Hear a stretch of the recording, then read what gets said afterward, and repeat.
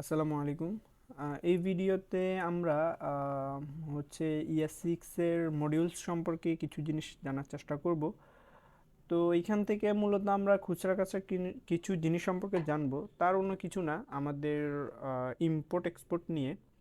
তো সেই জন্য আমাদেরকে প্রথমে হচ্ছে ব্রাউজারে থেকে বিট রিয়েক্ট থেকে আমাদের রিয়েক্টের একটা অ্যাপ ওপেন করে নিব।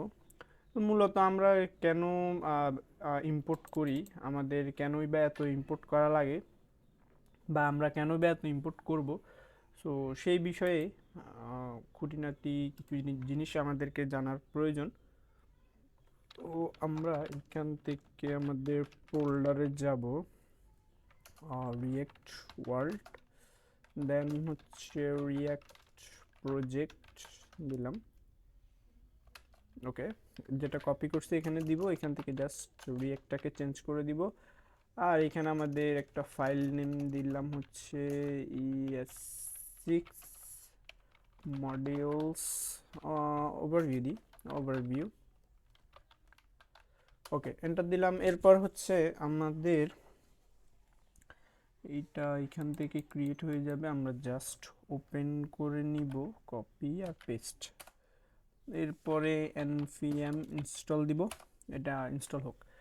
তো আমরা যেটা বলতে চাচ্ছিলাম, আমরা কেন হচ্ছে ইম্পোর্ট করব বা এত বেশি ইম্পোর্ট কেন করি, কি প্রয়োজন, তো সেই বিষয়ে কিছু জিনিস আমরা জানার চেষ্টা করব। আমরা যখন ছোট ছিলাম তখন হচ্ছে জাভাস্ক্রিপ্ট নিয়ে কাজ করতাম। তখন আমরা এক ফাইলের মধ্যেই মোটামুটি event handler, get element ID, function, handler ট্যান্ডলার যা আছে একটা বড় ফাইলের মধ্যেই হচ্ছে মেরে দিতাম। তো এখন আমাদের তখন আমাদের প্রায় হচ্ছে ছোটোখাটো ফাইলই ফাইল নিয়ে কাজ করছিলাম। যেমন আমাদের একটা HTML, একটা CSS ফাইল আর একটা জাভাস্ক্রিপ্ট ফাইলের মধ্যেই মূলত আমাদের এই তিনটা ফাইল দিয়ে মোটামুটি হয়ে যেত। তো এখন আর সেই হিসাব করলে আমাদের হবে না, এখন আমরা বড় হয়েছি, সো আমাদেরকে এখন বড় বড় প্রজেক্ট নিয়ে কাজ করতে হবে। সো সেই ক্ষেত্রে বড় প্রজেক্ট নিয়ে কাজ করার ক্ষেত্রে আমাদের হয়তো দেখা যেতে পারে HTML এর ফাইলই হইতে পারে হচ্ছে 200-300, সিএসএস এর হইতে পারে 60-70, আবার জিএস এর ফাইল 10টা 20টা 400-500 1000ও হইতে পারে। তো এখন আমাদের এখানে একটা প্রশ্ন চলে আসতেই পারে, কখন আলাদা আর কখন আমরা একই রকম ফাইল ইউজ করব।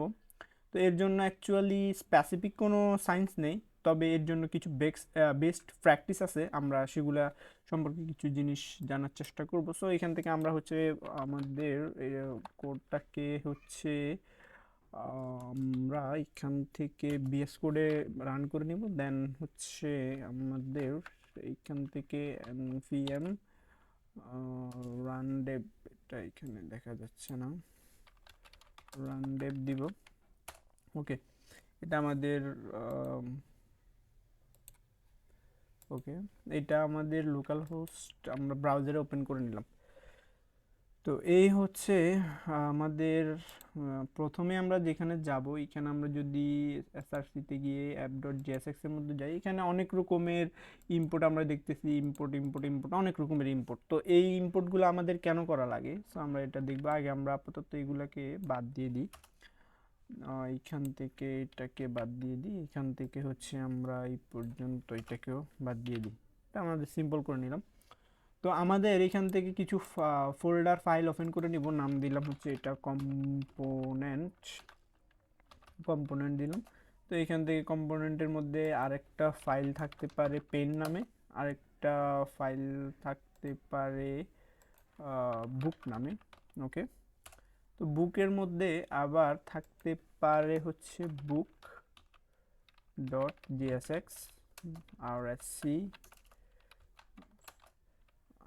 এরপরে আবার বুকের মধ্যে আমরা পেনের মধ্যে দিছিলাম, সো পেনের মধ্যে হচ্ছে আমাদের পেনের মধ্যে যদি যাই, তাহলে এইখান থেকে একটা ফাইল খুলে নিব,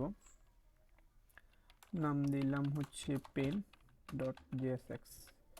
ওকে, তো এই হলো আমাদের বুক পেন। আর পাশাপাশি আরেকটা জিনিস খুলে নিব, সেটার নাম দিলাম হচ্ছে, সেটা এখান থেকে খুলবো। সো সেটার নাম দিলাম হচ্ছে ইউটিলিটিস ইউটিলিটিস। তো এখন আমরা যে জিনিসটা করব প্রথমে হচ্ছে আমাদের সাপোজ কোনো একটা জিনিস আমাদেরকে রিইউজ করা লাগতে পারে, রিইউজ থাকতে পারে, মানে একই জিনিস আমরা অন্য কোনো ফাইলে অন্য কোনো ইয়েতে আমরা ইউজ করা লাগতে পারে। তো সেই জন্য আমাদের এই ক্ষেত্রে একই ফাইলে আমাদের এই ফাইলের মানে একটা জিনিস অন্য ফাইলে ইউজ আহ, করার পর হয়তো আরেকটা ফাইলে একই জিনিস বারবার লাগতে পারে। তো সেই জন্য আমরা কয়েকটা ওয়ে যদি বলি, প্রথমে হচ্ছে আমরা একটা জিনিস করতে পারি। আমরা সাপোজ এই ফাইলে কোনো একটা জিনিস ইউজ করছি, তো আমাদের এটা এই ফাইলের প্রয়োজন, তো আমরা এখান থেকে কপি করে এই ফাইলে এটা ইউজ করতে পারি, এটা একটা ওয়ে হইতে পারে। আরেকটা ওয়ে হইতে পারে আমরা এই ফাইলের এই জিনিসটাকে আমরা এখান থেকে এক্সপোর্ট করে দিয়ে আমরা এইখান থেকে হচ্ছে এই ফাইলটাকে এখানে ইম্পোর্ট করে ইউজ করতে পারি। এটা হচ্ছে আরেকটা ওয়ে। আমাদের বেস্ট ওয়ে আমরা যেটা ধরতে পারি সেটা হচ্ছে আমরা সাপোজ আমাদের এই ফাইলেও একই জিনিস প্রয়োজন, এই ফাইলেও একই জিনিস প্রয়োজন, সো যে কমন জিনিসগুলো প্রয়োজন ওই কমন জিনিসগুলো দিয়ে আমরা আলাদা করে একটা ফাইল ওপেন করতে পারি। যেমন আমরা এখানে দিলাম হচ্ছে ইউটিলিটিজের মধ্যেই দিলাম, এটাতে দিলাম calculate calculate dot JS. So suppose আমরা মনে করলাম যে আমাদের যেসব কমন জিনিস এটা আমরা এখানে রাখবো, সেগুলোকে হচ্ছে আমাদের এই ফাইলগুলোতে আমরা ইম্পোর্ট এক্সপোর্ট করে আমরা ইউজ করব।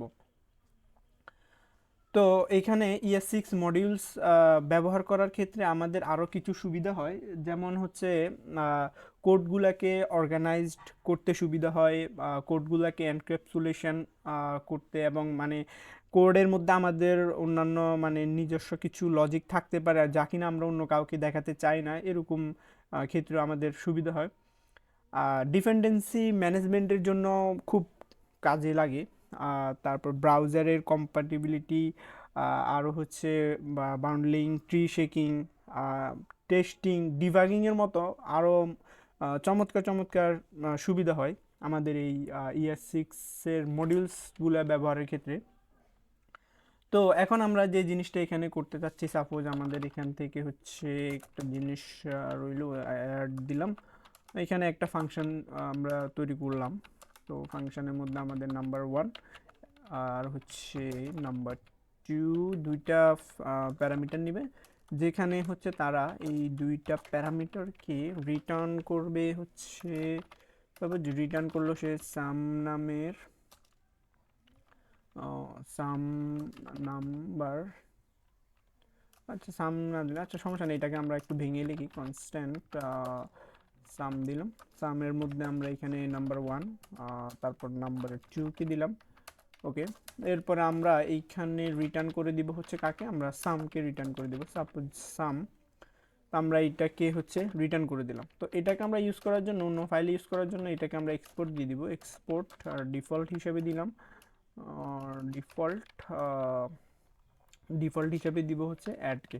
তো এটা আমরা অন্য ফাইলে চাইলে এখন ইউজ করতে পারি। সাপোজ আমরা এটাকে ইউজ করতে চাচ্ছি হচ্ছে বুকসের মধ্যে, সো বুকসের মধ্যে গিয়ে আমরা আপাতত এই জিনিসটাকে বাদ দিলাম। তো এইখান থেকে আমরা চাইলে এটাকে ইউজ করতে পারি। সাপোজ আমাদের কনস্ট্যান্ট নাম্বার 1 এটা ধরলাম এটা।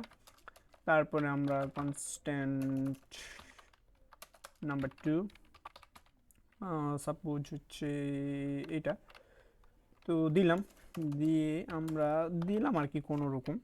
এরপর আমরা কনস্ট্যান্ট হচ্ছে এখানে আমরা দিলাম সাম, আমরা সাম করতে চাই কার মানে এই দুইটাকে সাম করতে চাই, তো এখানে আমরা একটা ফাংশনকে নিয়ে আসতে চাই, তো সেটাকে আমরা এখানে দিলাম, দিয়ে এন্টার দিলাম, আমাদের এই জিনিসটা এখানে ইম্পোর্ট হয়ে গেল। তো এখান থেকে আমরা হচ্ছে দুইটা নাম্বার পাঠিয়ে দিলাম, নাম্বার 1কে পাঠাইলাম আর হচ্ছে নাম্বার 2কে এখানে কি 3 লিখেছি, আচ্ছা ঠিক আছে সমস্যা নেই। তো এইখান থেকে এটা আমরা ইউজ করতে পারি। তো এটা হলো আমাদের একটা জিনিস। আরেকটা জিনিস হচ্ছে আমরা সাপোজ এখান থেকে কোনো একটা জিনিস মানে দেখি আগে আমরা আমরা এখান থেকে মাল্টিপল জিনিসটাকে ইয়ে করতে চাই, ইউজ করতে চাই মাল্টিপল, ওকে মাল্টিপল না, এটা হচ্ছে মাল্টিপ্লাই, মাল্টিপ্লাই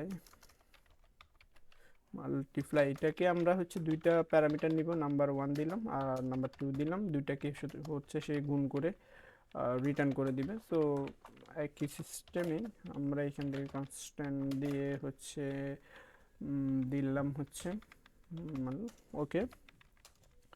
এখান থেকে আমরা এখন হচ্ছে কি করতে পারি, আমরা এখান থেকে নাম্বার 1 আর হচ্ছে নাম্বার 2 এর মধ্যে গুণ করে দিতে পারি। গুণ করে আমরা এখান থেকে সেটা রিটার্ন করে দিতে পারি। ওকে। তো এইখানে এখন আমরা যে জিনিসটা করব, এখন হচ্ছে আমরা একটা কম্পোনেন্ট থেকে ডিফল্ট হিসাবে একটা মানকেই হচ্ছে এক্সপোর্ট করতে পারি। সো আমাদের যদি একাধিক মানকে এক্সপোর্ট করতে হয়, এক্ষেত্রে এইভাবে করলে আমাদের হবে না। তো ডিফল্ট হিসাবে আমরা একটাকেই করতে পারবো। সো আমাদেরকে এই জিনিসটা করতে হবে এক্সপোর্ট দিয়ে, দেন আমরা এখানে যেহেতু আমাদের দুইটা জিনিস আমরা পাঠাতে চাচ্ছি এভাবে দিব, দেন মাল্টিপল এভাবে দিব, মাল্টিপ্লাই এভাবে দিয়ে আমরা এখন একটাকে এক্সপোর্ট করব। এখানে একটা জিনিস আমরা চেঞ্জ পাবো, সেটা হচ্ছে আমরা আগে যখন ইউজ করছি সেই জিনিসটা এখানে এভাবে ছিল। আমরা যদি এটাকে আপাতত কমেন্ট করে দিই, কমেন্ট করে আমরা যদি এখন এইখানে এটাকেও কমেন্ট করে দিলাম, কমেন্ট করে আমরা এই জিনিসটাকে যদি আবার ইম্পোর্ট করতে যাই, তখন আমাদের চেঞ্জটা দেখতে পারবো। সাম ইকুয়াল আমরা এখানে দিলাম অ্যাড, ওকে দিয়ে এন্টার দিলাম। এখন দেখ এখানে সে ছিল ডিফল্ট হিসেবে জাস্ট এরকম একটা নামে, আর এখানে হচ্ছে আমাদের সে একটা অবজেক্টের মতো করে আসছে। ওকে। তো এরপর আমরা এখান থেকে হচ্ছে সেমভাবে নাম্বার 1কে আর হচ্ছে নাম্বার 3কে আমরা পাঠিয়ে দিলাম। এইভাবে আমরা চাইলে এখন কনস্ট্যান্ট মাল্টিপ্লাই আচ্ছা মাল দিলাম, সমস্যা নেই। মাল্টিপ্লাইকেও এভাবে সেমভাবে আমরা এখানে ইউজ করতে পারবো। তো এখানেও দিলাম নাম্বার 1 নাম্বার 3, ওকে। তো এই হলো আমাদের একটা ইম্পোর্ট এক্সপোর্টের। এখানে আমরা আরেকটা জিনিস করতে পারবো, সেটা হচ্ছে আমাদের কোনো একটা বড় নামকে আমরা চাইলে সেটাকে ছোট নাম হিসেবেও সেট করে ইউজ করতে পারবো। সো সেটা কিভাবে, সাপোজ আমাদের এইরকম হইতে পারে, কনস্ট্যান্ট দিলাম divide the number 1 by the number 2, তারপর হচ্ছে দিলাম, আচ্ছা সমস্যা না এটাই দিলাম। দিয়ে আমরা এইখান থেকে নাম্বার 1 আর হচ্ছে নাম্বার 2 এখান থেকে এটা দেওয়ার পর আমরা এইভাবে দিলাম, দিয়ে কনস্ট্যান্ট ডিভাইড দিলাম, তারপর নাম্বার 1 নাম্বার 2 দিয়ে রিটার্ন করে দিব, রিটার্ন ডিপ। ওকে। আমরা এখন এখান থেকে এটাকে হচ্ছে কপি করে এখান থেকে এটাকে আমরা পাঠাই দিব ডিভাইড, ওকে। ওকে, এখন আমরা এখানে চাইলে এই বড় নামটাকে ছোট আকারেও ইউজ করতে পারি। সেটা করার জন্য আমরা এখানে যেটা করব, আমরা এখানে দিলাম হচ্ছে ডিভাইড, এটা দিলাম, দেওয়ার পর আমরা এখানে এস দিব, এস দিয়ে এটার নাম আমি ছোটভাবে রাখলাম হচ্ছে ডিভাইডার। ওকে, এখন আমি চাইলে এখানে ডিভাইডার হিসেবে এটাকে ইউজ করতে পারবো। কনস্ট্যান্ট দিয়ে আমরা দিলাম ডিভাইড দিয়ে আমরা ডিভাইডারকে এখানে কল করে দিব ডিভাইডার। ওকে, এখন আমরা এখান থেকে নাম্বার 1 আর হচ্ছে নাম্বার 2কে পাঠাই দিব। তো এই হচ্ছে আমাদের ইম্পোর্ট এক্সপোর্টের কিছু জিনিস, আর কিভাবে আমরা বড় নামকে ছোটোভাবে ইউজ করতে পারি, আর ইম্পোর্ট এক্সপোর্ট আমরা কেন ইউজ করব। তো আশা করি আমাদের এই সম্পর্কে ছোটোখাটো কিছু ধারণা হয়ে গেছে, আর ফিউচারে আমরা এগুলো নিয়ে কাজ করতে করতে আরও অনেক কিছু আমরা জানবো, সমস্যা নেই। তো এই ভিডিও এতটুকু পর্যন্ত থাকলো। আমাদের পরবর্তী ভিডিওতে আমরা আরও অন্যান্য কিছু জিনিস দেখব।